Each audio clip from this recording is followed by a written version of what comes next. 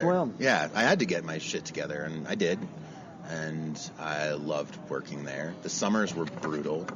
But it really did change the way you cook barbecue and thought about Absolutely. fires. I mean, it's all, in the end, it's almost all about fire. when did you come back to Colorado? I came back to Colorado in 2015. I'd only worked at Franklin for about a year and a half. I wish I had been able to stay a little bit longer. A guy who I grew up with in Telluride, who's was a little bit older than me, had started Crema Coffee House just on the corner from where Owlbear is, and he'd opened the Populist, Noah Price, and then he was getting ready to open Finn's Manor, and he said, hey, I've got this spot where you can put a food truck, come up to Colorado and try our barbecue. I am pretty sure you will kill it. And so I came up in February of 2015 and did a barbecue tour and decided, I think I could enter this market and bring people something that'll make them happy.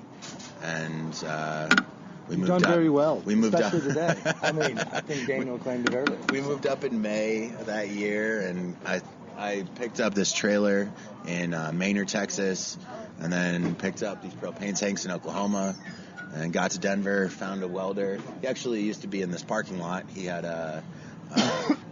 this guy, Edwin Huddy. He's an amazing welder. He had a little storage container that had all of the welding and machining tools you could really need to make almost anything. And so we put together our first smoker that summer. I built out the back of an old box truck to serve food out of. I exploited a ton of loopholes in Denver's food truck law at that point in time. No one's listening. It's cool. And he's out of the food truck now. It doesn't matter. Yeah. There you go. Oh no, they shut me down. They found me after a year and a half and shut us down hard. So how long were you in limbo between the food truck and 2 this years. space? 2 years. 2 years just trying to get this place up and running? It took us a few months to figure out where we were going to do it. We were considering doing some certain things with Finn's Manor, and that just kind of got out of hand a little quickly. And then we looked at some other spots, and then this spot that we're in now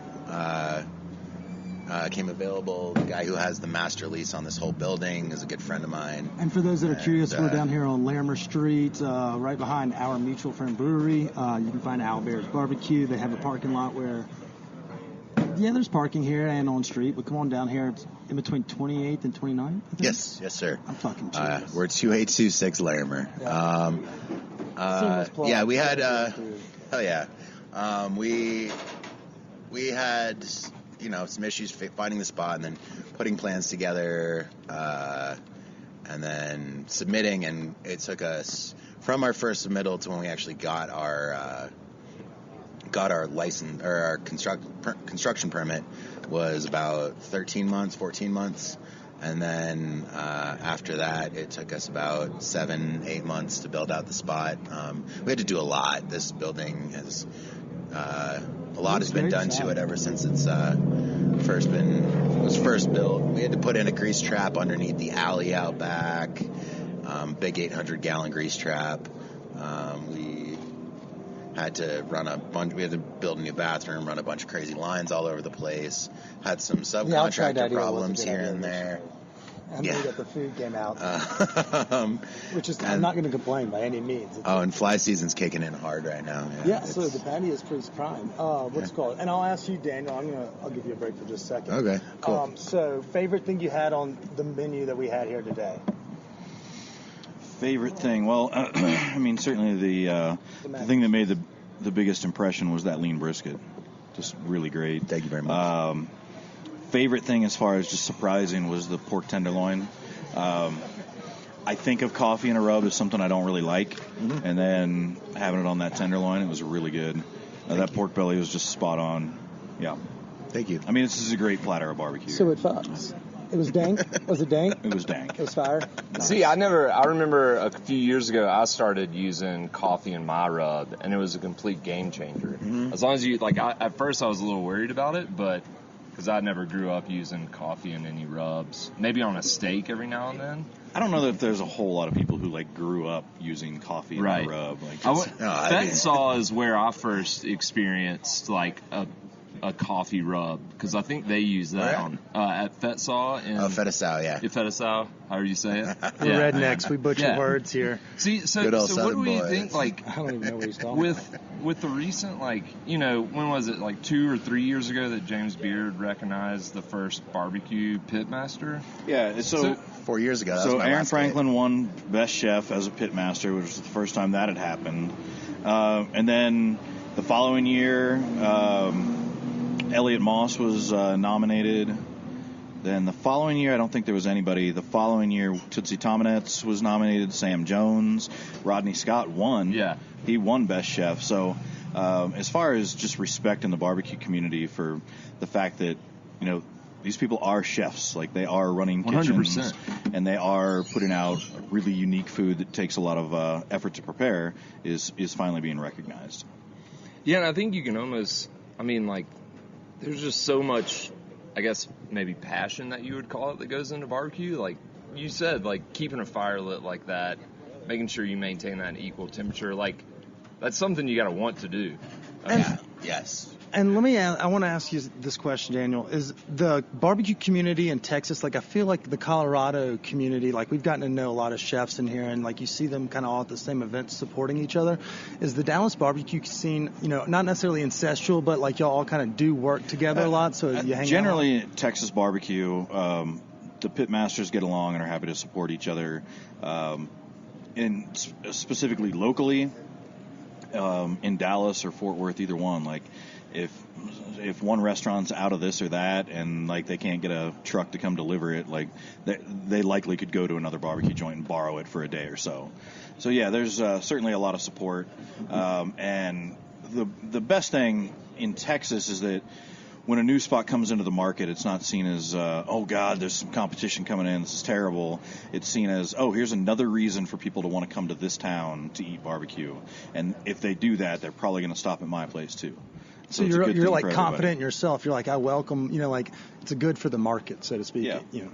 And so, like, do you do a lot of the championship? Like, we have, you know, folks that we've seen, like, in the I don't judge a whole lot of barbecue competitions. Do you attend them and you're like, go just like feast? Because I know Houston and Dallas, y'all do some big shit down there. Well, barbecue festivals, yeah. Not so much competitions, though. So we just got our first dinner, or I guess now we're in our second or third year of our Denver Barbecue Fest out at Mile High, second.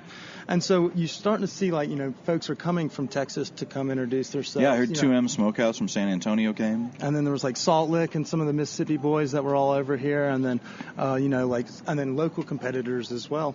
I don't know if it's a real competition, but it seems like they're all kind of, you know, friendly and in help with each other. So I wasn't sure if you wanted to talk a little bit. How much is what's the scene like? Is it more serious, like in Dallas? Like, they take their food seriously, like, in the competition world? Or is it more like... I mean, the competition world is... like it's cutthroat? It's just a completely different game than you know, just regular restaurant barbecue. Commercial barbecue and competition barbecue are just two different animals. And, you know, just down to the fact that most competition cooks would tell you that the stuff they enter to win the competitions is not what they would cook at home to serve their friends or family. Like, it's a totally different recipes. They're going after a totally different reaction of, you know, sort of this instant gratification of one bite and how powerful that one bite can be. And that's just not the way that anybody who runs a restaurant, you know, operates or does their recipes. Oh, we want you eating trays of food, not single bites. Right. And you know what's funny is, like, just the difference. You know, y'all are open 11 a.m. to sold out. And it's kind of like in Alabama, you don't see many places that, you know, here to when we sell out, you see, like, they're going to be able to produce. Yeah, if you see until sold out, to me, all that means is they cook fresh barbecue every day. Right. And so you're never going to get leftover barbecue. I mean, if you come in at 8 o'clock at night and you expect a full tray of barbecue, well, you better damn sure understand that pitmaster is going to, all that meat that is on the counter right there at 8 o'clock when they close, that's all getting served tomorrow as well. Like, yeah. or they're going out of business. Right. Yes. Okay, interesting. So, like, would you say that you don't actually want, if you can avoid it? I mean, dinner at a barbecue spot's not going to be as primed as, like, we were first in line here this morning. I mean, it doesn't always matter that much, but Yeah, I mean, there's a reason I wanted to come here at 11 o'clock. Like, I wanted to get it at its best. That makes sense. And I know that a business model like this one, the barbecue is, correct me if I'm wrong, the barbecue is probably going to be better at 11 and noon than it is at 2 and 3 and 4, right? Barbecue is the thing that it hits its peak and then it starts degrading. Do you eat barbecue every day? No. Do you have gout? No. I'm going for gout. It's the king's disease, so I'm going for it. I figure red wine and a lot of red meat, and I'll get there eventually. Yeah, just brisket and port for dinner. Challenge accepted. I accepted that for you. Thank you. Yeah, and I mean, I'm all about it. I don't mind vegetables. You're all about gout? Yeah, I want to be. It's a king's disease. I mean, imagine if that's the way you're going to go. They're like, well. I don't think gout kills you. I think it just That's what it's going to say on suffer. mine. He passes from the king's disease. Gout got him. The gout got him. When Kip, he didn't think gout would kill him. He never put sunscreen on, and it was gout that got him. So what are some of, like, just thinking in terms of, like, these kind of up-and-coming barbecue spots or, like, younger people becoming pit masters and stuff, what are some of the, like, people around the, like, let's say, southern region that are kind of changing barbecue game or making a name for themselves? Yeah. One that I have on my radar, I haven't gotten there yet, but is in like Western Tennessee, Blake's Barbecue, and he really got on my radar because he's like 23 years old, and he's cooking brisket, like Texas-style barbecue, in like West Tennessee whole hog country, like rural West Tennessee, which just kind of blew my mind. So I'm going to make a point to get there soon. Tyler Harp at Harp's Barbecue in Kansas City. So right now he only does it once a week, but he just quit his job and he's going to start doing it more often. He's at Crane Brewing is where he serves out of. And it's just, for me, a personally fulfilling story because he read one of my articles bagging on Kansas City barbecue and got so mad that him and his dad went down to Texas to prove me wrong and ended up falling in love with Texas barbecue to such an extent that he had to come back home and open a Texas barbecue joint of his own to show the people of Kansas City how good brisket really can be. That does, and that kind of makes a perfect segue because we did get a little off the rails there, but we had some questions that we wanted to ask you, and so by bringing up Kansas City versus Texas versus, you mentioned the whole hog earlier, how would you rank the power rankings? Like, I guess Memphis would want to be thrown in there, Kansas City. Like, what are the rankings if you were going to put them in a power rankings of style of barbecues? Yeah. I know there's no judgment. Hey, how about this giant minefield for you? That's all right. We like to keep you on your toes. Yeah, and after that, we're going to ask you what kind of dinosaur you are, so get ready. The hard-hitting questions are now. We're entering 2020 mode. Okay. You didn't see that coming. We were all sugar and kisses early on. Yeah, let's see. I mean, both Kansas City and Memphis, when people ask me for where they should go visit, they're two cities obviously very well known for barbecue that I can't give anybody like one just absolutely spectacular place. Well, until Hart Barbecue finally showed up. But and so I guess for that reason, they're kind of at the bottom for me. Okay. I think also just the fact that in both of those areas, cooking with wood is really not valued. Nobody really cares. Nobody's asking what kind of smoker you're cooking on, or if you're cooking with gas. It's just not even in the discussion. The arguments in Kansas City are like about the sauce, and if you're arguing about sauce, that's a problem. But the other thing is I don't know what styles you consider like major enough for me to put in this ranking. We're letting you rank them however you please, good sir. I mean, you can include or not include whomever. Well, I mean, you like. Texas is at the top. I can understand that. I figured you'd be slightly biased. Yeah, that's absolutely just total bias for sure. Then to me, it's Eastern North Carolina style whole hog barbecue. I love it. South Carolina style whole hog is very similar. The sauce that he's using here on that pork is basically a PD region South Carolina sauce. Whereas like the mustard stuff, that's over in the western part of the state.